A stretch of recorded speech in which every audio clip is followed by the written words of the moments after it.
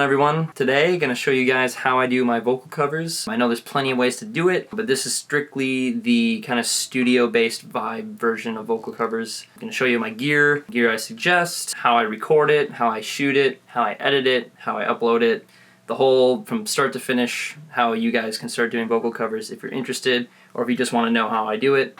Let's dive right in.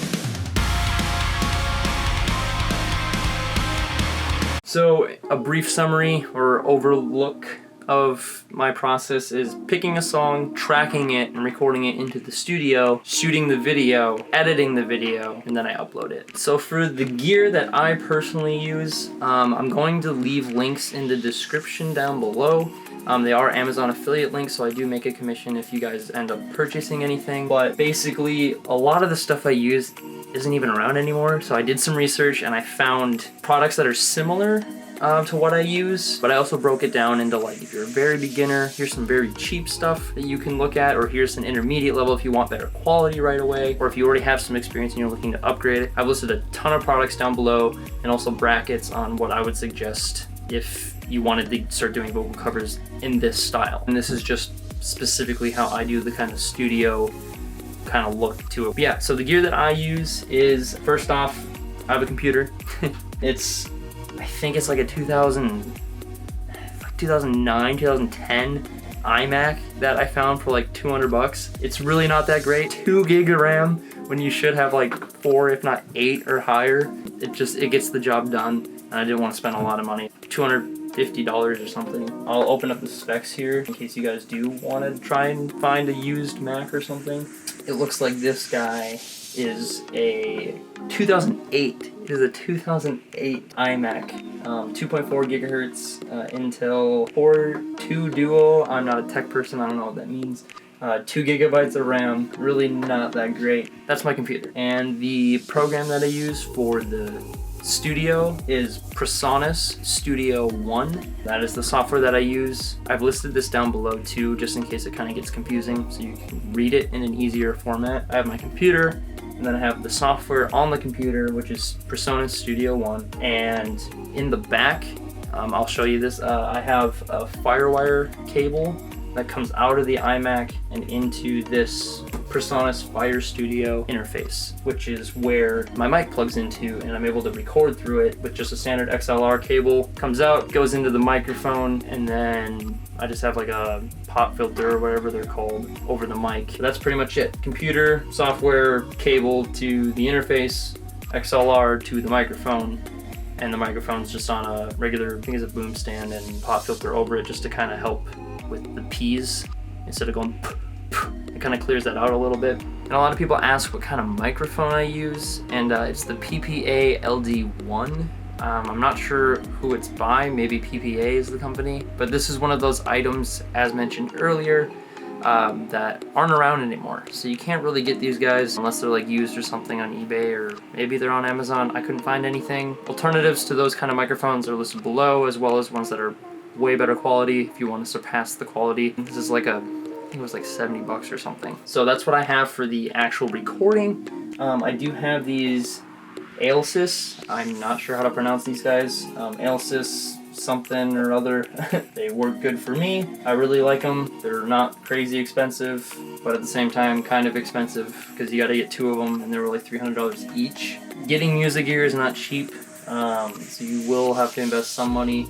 Just depends what you're trying to do. I apologize if I'm talking too fast. If I'm talking too fast, let me know in the comments, and in future videos I'll try and talk slower. I just know a lot of you guys wanted to see this kind of video. I'm just hoping to get all the information that I can off to you guys. I believe that's it for the recording.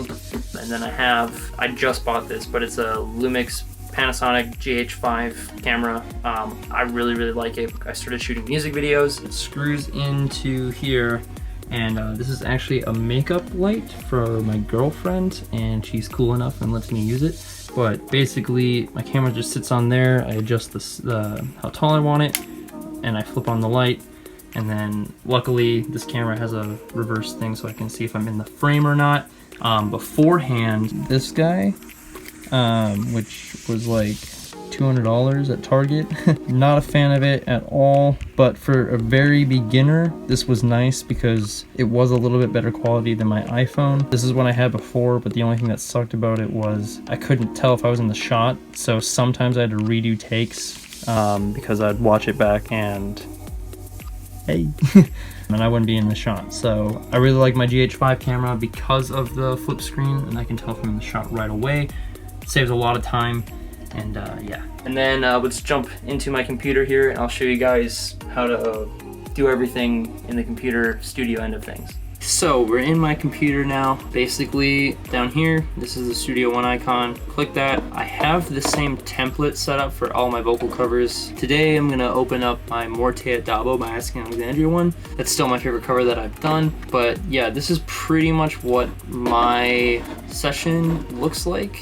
I basically, and I don't know if any of you guys do know this, I'm sure some of you do, but when you do record vocals, there's at least 2 takes. I mean, the producer's kind of a little bit different, but there's at least 2 takes, if not 3 or 4 takes of the same line at the same screen. So you're pretty much doubling everything, so it kind of sounds bigger. So here I have like this is where the song goes, obviously. And this is my tracking line, which I have assigned to input 1, which on the interface is where my XLR is plugged into, input 1, and then that routes to the microphone. And then I have a singing line and a singing line for like when things overlap, and I obviously need to do a separate take on those. I do have a bounce of my main take, and then my other main takes, let's see, screams. Okay, so I have a high scream, and I have another high scream, and then I have another high scream, another high scream, and then I have all my low stuff too. The star button on the number pad for my keyboard makes it record. So I just hit that, go over to the microphone, start recording, and then so he came forth and said unto me, and then I stop, go back. So he came forth and said unto me with a high, and then I go back and I do, son, you are forsaken. Son, you are forsaken, and then I have them both go. For the purposes of the covers, I have everything down the center. So if you look here, like right here, I have center, center, center, center, everything centered. Because in a couple of my covers, I've done it where I did left and right, and it kind of got buried underneath the main vocal, but when I put them centered on top of each other, it kind of stood out a little bit more, and I liked how it sounded better. Every studio software is a little bit different, but for me, in Studio One by Presonus, I shift and go all the way down to all my vocal takes, and then I did a right click, and I did add a bus, which is this guy. Nope, not that guy. Let's see, where's that bus? There it is. Okay, so it creates another channel where all the effects can go onto one channel, and then disperses it to all the other ones that are under it, instead of having effects for every single one, because then your computer starts running slower because there's too many effects it's trying to process at once.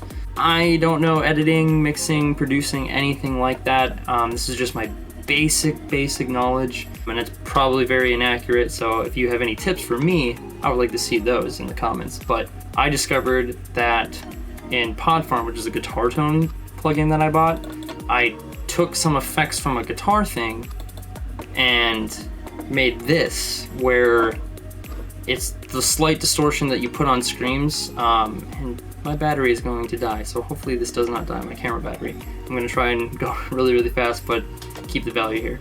This is like some guitar thing, and then I have some reverb. I liked these ones better than the stock ones, so I used the guitar tone plugin from PodFarm to get the distortion, and then I have, these are my compressor settings. I kind of just tweaked them a little bit. I don't really know what I'm doing with it, but compressor made it a little bit louder. And then these are the EQ settings I have. Again, if you have any tips for me, I would like to make my covers better, but these were just the basic frequencies that when you drag them all the way up here, it gets so irritating to listen to, and then you just drop it down and you cut it. So those are my screaming effects. If we go to singing, I have a compressor, a little bit of reverb, and I don't have any auto-tune or pitch correction on my voice, but the kind of tone and weird effect that I have is an analog delay, and I kind of just dialed it down to about 50%, and it kind of gives it a little bit more of a produced sound, so it's not so dry. Like I'll show you my singing takes without any effects. This is what they sound like. I never believed in you. It was justified. I never believed in you. But then when I put the compressor, reverb, and analog delay, I never believed in you. From what I see, it was justified. so it kind of gives it a little bit more of a cooler sound. I really like how it sounds, but no auto-tune or anything like that. And if I solo my screams for you guys, I'll show you what those sound like with no effects, and then what they sound like with the studio effects on.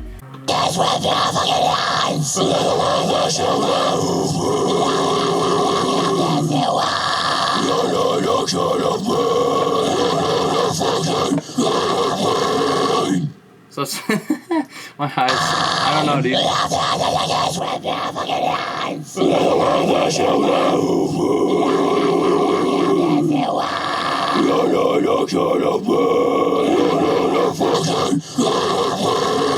That's pretty much how I do it. I go through it, I record it once, stop, hit back, and do it again, and I do that for like my highs, and I have my lows, screams, and I color code everything. Like over here, I made like all my highs this one just so it's like more organized. And then like down here I had like those super distorted effects that Danny had.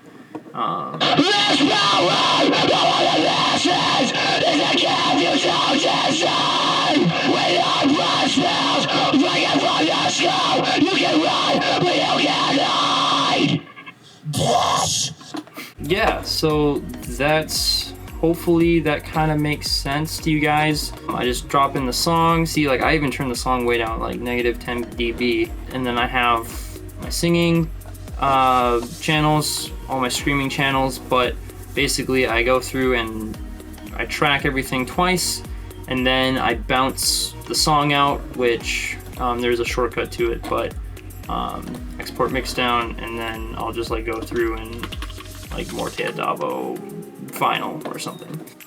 Alright, so that pretty much wraps everything up. If you guys have any more detailed questions, I guess just leave them below. I'll try to answer them. Yeah, thank you guys so much for watching. Covers, I'm trying to do like a weekly thing, but there's just been a lot of life happening with either my lung surgery or band going in the studio to record or going on tour stuff. I just haven't gotten a system down yet, but I'm going to try to start doing covers on Friday nights, and then I want to give you guys kind of like a video like this or other musical tips for bands or musicians or whatever, how to advertise, how to market, how to, you know, present yourself professionally on the internet, kind of tips and tricks for that kind of stuff. I want to start doing like music lesson Mondays or something, like every Monday put out a musical knowledge video or something, and then on Fridays do my covers, and then one day during the week put some random thing and see what kind of content you guys like to watch more. But yeah, thank you guys so much for watching the video, and see you in the next one.